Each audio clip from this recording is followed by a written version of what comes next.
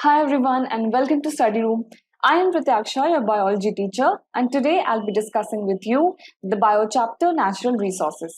In this chapter, we'll be having a look at the important natural resources that Earth has to offer us, be it water, air, or soil.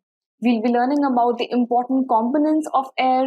We'll be learning about the important cycles that maintain the ecological balance, be it the water cycle, be it the air cycle, for example, the oxygen cycle, the nitrogen cycle, and we'll be also learning about the ways that water, air, and soil are being polluted by us human beings and the measures that we can take to protect and preserve these natural resources so that the natural capital that we obtain from them is also utilized.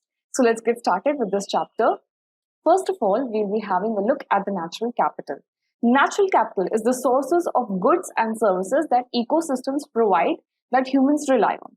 So basically, everything that we are getting from nature, all right, like water, like air, the air that we are breathing, oxygen, carbon dioxide, nitrogen, all of these are being utilized for various mechanisms that are helping the survival of not only us humans, but other creatures on life as well. And whatever the resources that we are whatever resources that we are using for our survival are somewhere or the other aiding our economical activities as well. All the economical activities that are dependent on the resources that we get from nature, for example, the wood that we are getting from forests, all right, the fresh water that we are getting from the rivers and ponds and the underground water. So each and every item is being utilized by us humans for our survival as well as for our economic purposes. So this serves as the very important term that we have here, natural capital, and the wealth of this natural capital, interestingly, is also even, the estimate wealth is also even higher than some of the countries' wealth, for example, Liberia. Okay, so you have to keep a note that the sources of goods and services that we humans get from the ecosystems, like the water, air, soil, this sources, this economic output is the natural capital.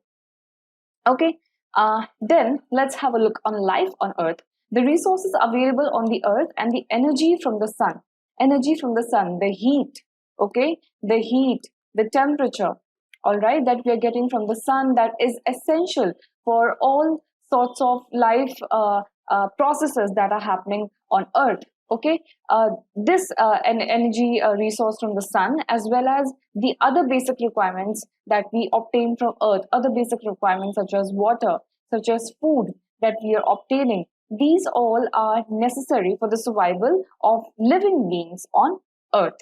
Okay, so we have here the temperature, the heat that we're getting from sun.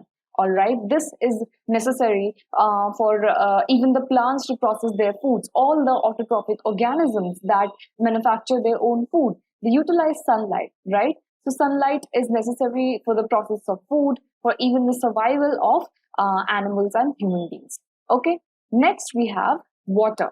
Water is also a very important resource, as every life process that is happening on Earth is occurring in the medium of water. So be it all the processes, biological processes that are happening inside us, okay, or be it all the processes that are happening even outside, all right, even the microorganisms that are living, okay, the aquatic animals that we have, the aquatic plants that we are having, they all are dependent on water, as water also carries dissolved air components like oxygen, carbon dioxide that are very essential for the survival of living beings. Next, we have, yes, the resource on Earth that I have been talking about, land or soil that is important for the nourishment of plants, trees, and is very, very relevant for us humans. Then we have air, okay, or the wind, the components of air, such as oxygen, such as carbon dioxide, okay.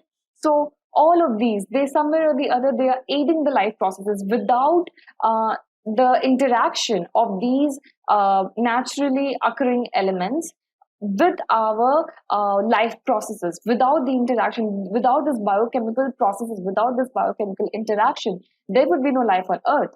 And in order to have that interaction, the the existence, the availability of these resources on Earth is very, very essential. And you know that water acts as a very good medium, uh, in which all these biochemical processes, they are taking place, so that life on Earth exists.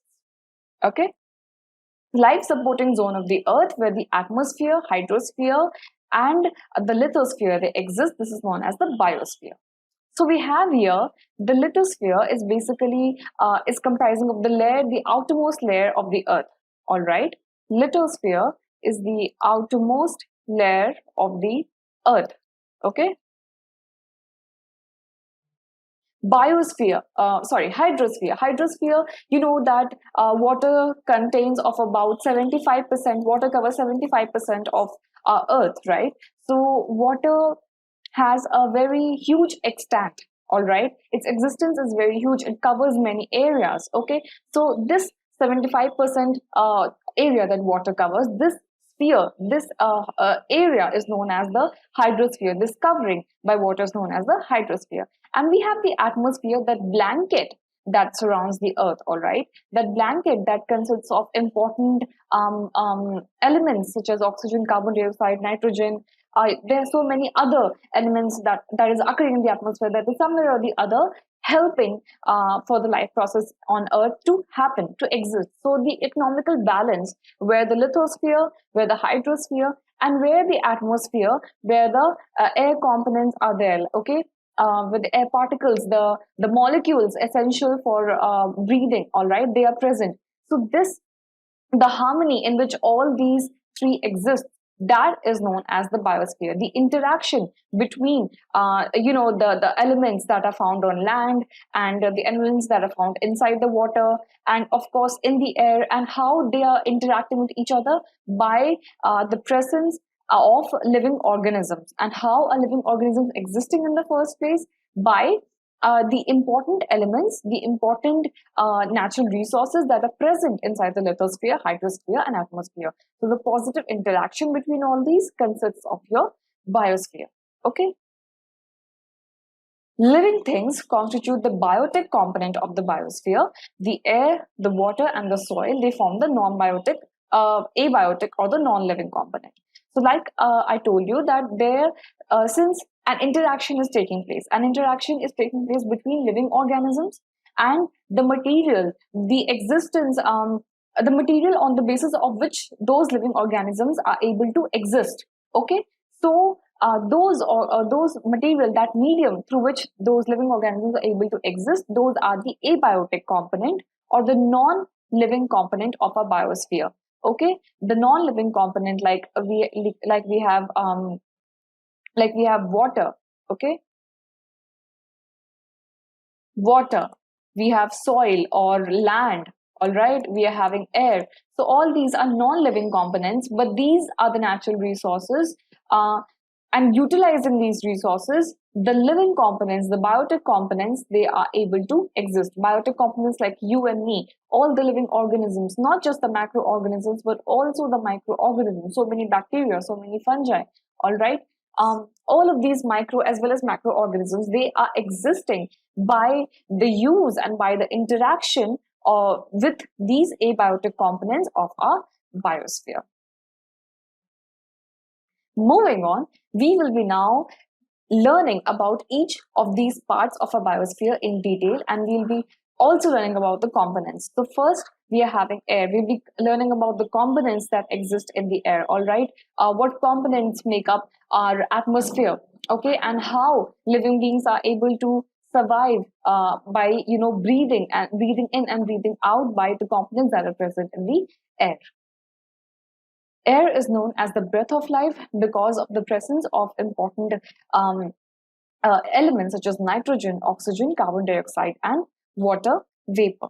Okay, so we have 78% of nitrogen, we have approximately 21% of oxygen, and the rest of the percentage, we have other gases that exist in minute amounts, but their existence is also very imperative, is also very crucial for us. For example, we have argon, for example, we have carbon dioxide, we have neon, we have helium.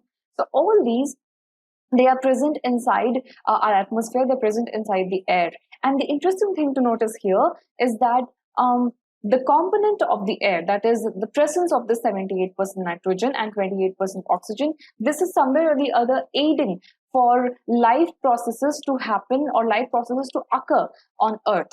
Okay, there are other planets in our solar system, for example, the Venus and the Mars. The air component in those planets, the dominating air component is the carbon dioxide. And when you only have carbon dioxide as the dominating component of the air, that makes it impossible for life processes to happen. All right, that hinders the life processes to happen. But on Earth, interestingly, we are having those components that are very relevant, that are very crucial for the life processes to occur in the first place and also to prosper.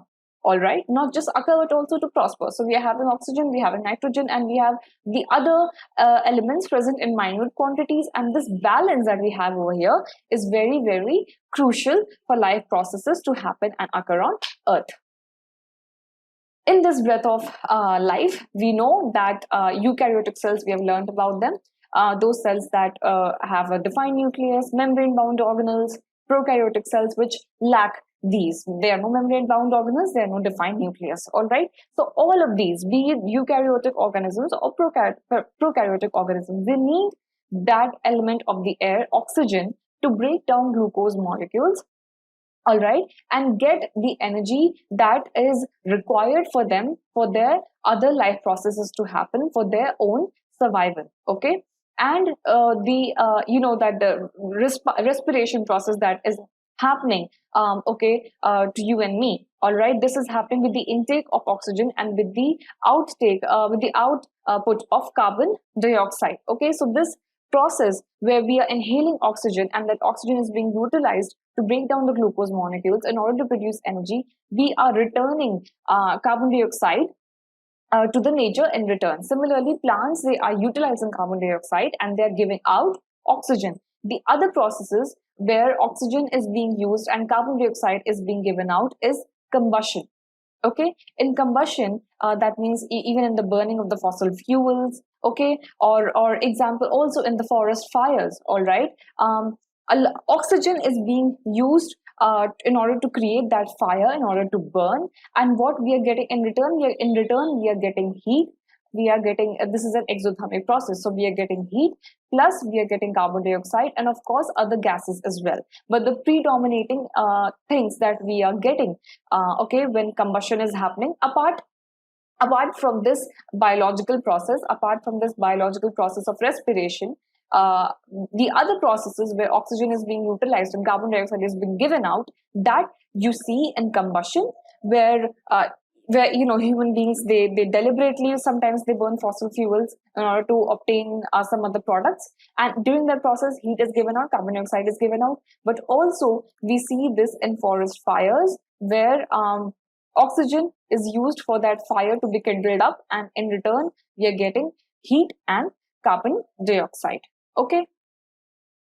So this breath of life in the air, the carbon dioxide is fixed in two ways, means the utilization of carbon dioxide is also happening, not just utilization of oxygen to give out carbon dioxide.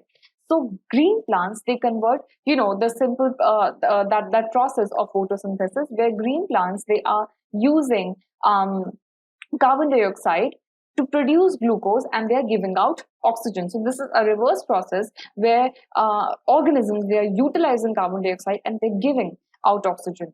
Also, marine plants, marine animals, okay, as well as plants, they also utilize dissolved carbon dioxide in the water. But marine animals, interestingly, they use the carbonates dissolved in the seawater, so for the formation of the hard shells, that exoskeleton that they have, okay, that exoskeleton that is composed of calcium carbonate, okay, or other carbonates, not just calcium carbonate, it may be silicon as well, so other carbonates as well. So The important thing to notice here is that carbon, basically carbon is being used, okay, um, used inside the water bodies as well by the living organisms present in the respective water bodies, and they are utilizing the dissolved carbonates for the production of shells, material for the production of their shells, that is their exoskeleton. So these are the ways in which carbon dioxide is fixed, in the sense that carbon dioxide is directly utilized by organisms. All right. So we see here that forest fire, that is basically a process where oxygen is utilized and carbon dioxide and heat is being given out. Okay. Then we also have the marine life here. Again, the same thing, that marine animals, aquatic animals, they're utilizing the carbonates, for example, calcium carbonate and other carbonates present in the water for the formation of the shells, for the formation of that hard shells around them. Okay. And air, atmosphere, role of the atmosphere in climate control is that it prevents the sudden increase in temperature during the daylight hours. So you can visualize atmosphere like a blanket that is a blanket that is being that covers the earth. Okay, blanket that covers the earth, and this blanket is protective in nature, in the sense that it controls the temperature. All right, in the sense that it controls the temperature. And how does it control the temperature? During the daytime, this blanket, this prevents the overheating of the earth, and during the night time, this atmosphere captures some of the heat present in in the whole of the earth, so that those heat, they are not radiated back into the space, and those heat, they're trapped inside the earth, so that the overall temperature of the earth is warm enough for the sustenance during that night hours, during those night hours. All right. So during the daylight, it is preventing the sudden increase, and during the night, it slows down the escape. So basically, it is, it is basically checking, or it is basically keeping the temperature in control. Okay. It is basically controlling the temperature, or it is keeping the temperature in check. All right. So that during the daytime there is no overheating, and during the nighttime there is no loss of heat, and the earth does not turn into a cold planet. Okay. So atmosphere, you can visualize it again as a blanket, protective blanket that is covering the earth and is providing the earth with almost constant temperatures during the day as well as the night. So you have here the atmosphere occurring as a blanket that prevents the earth from, getting heated up too much during the daytime, and during the nighttime, it prevents that the earth does not get turned into a cold planet. What causes the movement of the air? We'll be learning about this just in the next few slides. But really, what causes the movement of the air? There are two factors that determine the movement of the air, and those factors are pressure and temperature. All right. So the movement of the air is always from high pressure to low pressure. Okay. What I mean by this is that some places, in those some areas, be it on land or be it also above the water bodies, the air may rise above. The air may rise above, creating an area of low pressure. And air from the surrounding area, they may come in to displace that, or to equate that pressure balance. All right. So air is always moving or traveling from the areas of high pressure to the areas of low pressure. The other thing that determines this movement of high pressure air and low pressure air is temperature. All right. So in an area where the air is heated up, okay, that air is going to rise up, creating an area of low pressure. Okay. So hot air or warm air is going to rise up, creating an area of low pressure. Okay. So naturally, other air from other places, that other air from other places, other high pressure areas, is going to displace or is going to take the place of air where the low pressure is created, so that an equanimity of this pressure balance is maintained. All right. So this naturally the warm air is rising up. So it is very logical that the cold air from the high pressure area is going to come in and take its place. All right. So you're witnessing here the movement of air, that a warm air is rising up, creating an area of low pressure, and the surrounding air from the high pressure, the cold surrounding air from the high pressure, they are coming in to take its place so that the air pressure balance is maintained. Okay. So this a movement of air results in the formation of winds.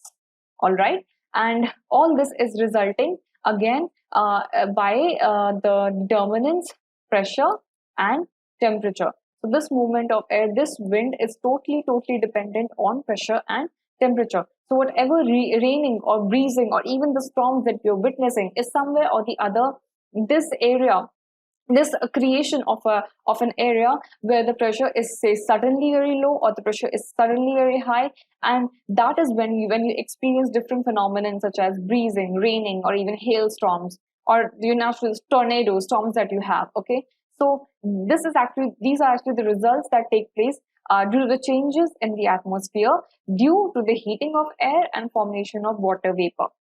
So naturally, when the air is getting heated up, water from the open surroundings, they are also evaporating. All right, they are evaporating in the form of water vapor.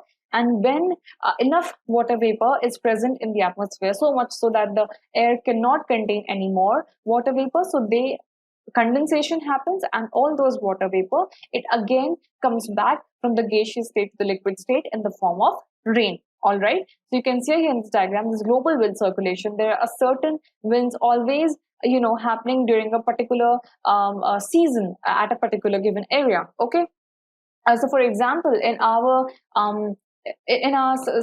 hot sultry days, we are always waiting for that speck of rain to come and relieve us from that sultering heat. All right, so we are again dependent on the pressure and the temperature, that since it's very hot, so the surrounding colder air should come, and condensation should happen of the water vapor that is present in the air, and rain should precipitate down. All right, so these are examples to which you can determine the movement of air, you can determine the movement of winds.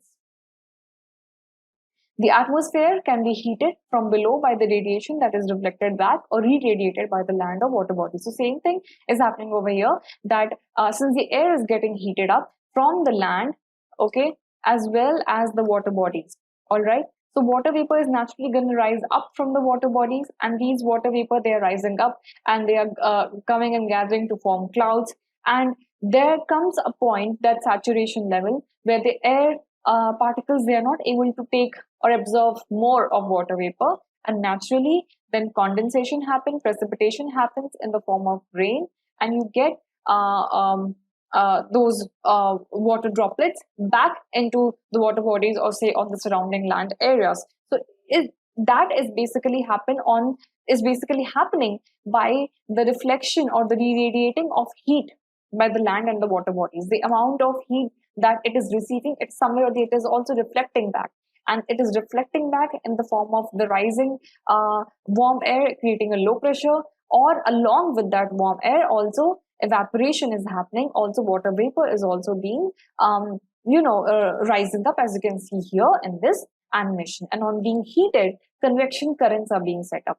What do we mean by convection currents? By convection currents, we mean that current where when the low pressure area, the warm air in the low pressure area, it rises up. So surrounding from the nearby high pressure area where the air is comparatively cold, okay, comparatively cold, that rushes in to take place. So a current is being formed, right? Low pressure warm air is rising up and high pressure cold air is coming to take its place. This current is being formed, and we name that the convection current. And this convection current is determining the movement of our air, wind, and since in this warm air, water vapor is also being risen up. So we are also the prospects of rain are also being determined by this convection current. When air is heated by radiation from the heated land or water, it rises, all right, creating an area of low pressure. But since land gets heated faster than water, air over land would also be heated faster than air over the water body. So we are getting the sea breeze and the water breeze over here. During the daytime, the air over the land, it gets heated up very quickly. All right, so it rises up, creating an area of low pressure. So cold air from the sea, it rushes towards the land, high pressure to low pressure. So we get the sea breeze during the day in the coastal areas. And during the night time, when the land is able to, is loose, when the land is able to, it's able to lose all of the heat. All right, during uh, so land is able to lose all of the heat during the night time. All right, and so naturally would then be available. Cold air would then be available in your land area. All right, but the sea, the air above the sea, the air above the water bodies, that is still warmer as compared to land. Okay, so there is an area of low pressure over here, and there is an area of high pressure over here. So during the night time, the air above the land is gonna go towards the sea to displace the low pressure warm air. So this is how the convection current is happening in the coastal region. All right, you can see here, as the air rises, a region of low pressure is created, and air over the sea moves into this area of low pressure. So this movement of air from one region to other creates winds. Okay.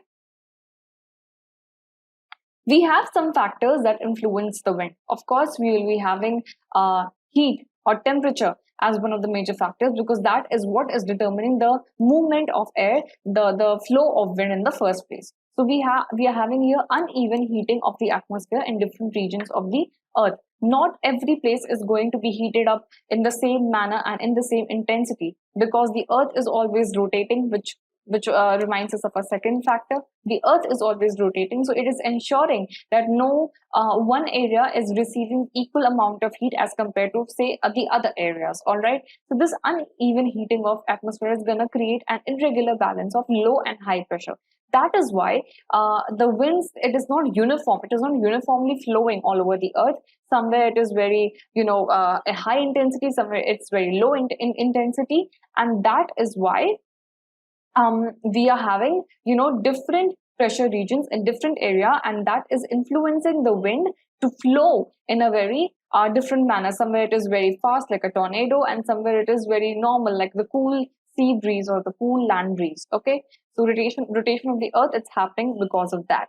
And the third reason is because the presence of mountain ranges. Now these tall mountain ranges, they block the wind passage. So the wind, obviously air is flowing from one place to another, but somewhere or the other, because of the height of these tall mountain ranges, the wind is getting trapped in that area before that mountain range. All right, so the air after that mountain range area is naturally going to not is not going to be as say cold, all right, or even as warm as the air that is below that mountain range. So if this is the mountain over here and wind is flowing, okay, from this direction to this direction, so the wind that is coming outside here, it won't be as cold or as hot as compared to wind that was flowing here in the first place. All right, because these tall mountain ranges, they are blocking the passage, they're blocking the flow of this wind. Okay, now we have an activity to demonstrate this air current, to demonstrate this convection current. For this activity, we are taking a candle in a beaker, or in a wide, wide mouth water bottle or something. So here we have taken a beaker, and in that beaker we have a candle that is lighted up, and we have an incense stick over here that is also being lighted up. Okay, so we are bringing this incense stick closer to the beaker to determine how the convection air currents is going to form. The important thing to remember here is that smoke always enables, and smoke always gives us the direction of the movement of the air. All right, so whatever movement of the air is happening, be it the hot air movement or be it the cold air movement, basically the direction of the convection current, that the hot air is moving up and the cold air is coming to take its place. So the direction of the smoke, you can determine this convection current physically. Like you cannot see with your naked eye that, oh, this is the warm air that is rising and this is the cold air that is coming to take its place. But it is with the presence of smoke, you can easily physically demonstrate and you can easily physically see for yourself that yes, some sort of current is happening, some sort of exchange of temperature and pressure is taking place. All right, because from smoke you can visually perceive that there is a change in the current that is happening. There is a flow of hot current to there is a flow of hot air upwards and cold air is coming in to take its place. All right, so here, because the smoke that we get from the incense stick, using that smoke we can easily determine the convection current. This is a very simple experiment. For this experiment, I'm repeating, we have taken a candle in a beaker, or you can also take a wide-mouthed a water bottle or any other container that's mouth whose which mouth the container whose mouth is very wide. Okay, and you have we have placed a candle, a light candle, inside that beaker, and we have taken and lighted up incense stick, and we are bring it closer to this candle. All right, we are bringing it closer to the mouth of this beaker, and while we are bringing it closer, we are observing that the smoke coming from the incense stick that is going inside the beaker. And when we are, say, changing the position of the incense stick, not just above the beaker, but say a little at a little distance away from the beaker, so we are seeing over here, we are observing over here that the smoke coming out from the incense stick is rising up.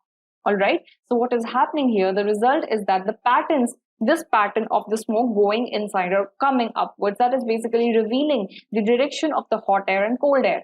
So the candle here is lighting up the air inside the beaker. Okay, so naturally the air inside the beaker is getting warmer, is getting more warmer than the smoke that this incense stick is producing. All right, so this warm air coming inside from the beaker is rising up, and this comparatively cooler air in the form of smoke that is coming out of the incense stick is rushing in to take its place. And since you can see the particles of smoke, since you can observe smoke visually by your naked eye, so you can see this convection current, this displacement of hot air by the cold air. Okay, and naturally when you're going to place the incense stick away from the beaker, so there is no immediate high pressure, low pressure area, right? The candle is very far from the incense stick for the displacement to happen.